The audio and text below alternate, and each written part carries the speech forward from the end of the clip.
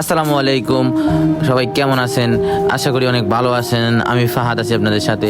অনেকেই আমারে বলতেছেন যে ভাই আমি মাংসের জন্য মুরগি করব, কি মুরগির বাচ্চা আমার জন্য ভালো হবে, বা আমি খামার করব, আমার জন্য কোন মুরগি এখন বর্তমানে উপযোগী। তো এইসব বিষয় নিয়ে আজকে আমার ভিডিওটা। তো আপনারা সবাই আমার ভিডিওটা দেখেন, তো বুঝতে পারবেন আপনারা কি মুরগির বাচ্চা নেবেন আপনাদের খামারে।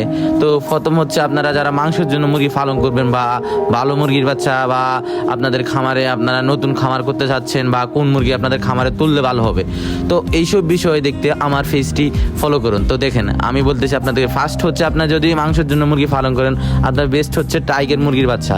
এটি 38 থেকে 40 দিনে কেজি আসবে গ্যারান্টি। আপনার আমার হাতে মুরগিগুলো বাচ্চাগুলো দেখতেছেন, এটা হচ্ছে অরিজিনাল টাইগার। দেখেন আপনারা মুরগিগুলোর সাইজ মাশাল্লাহ।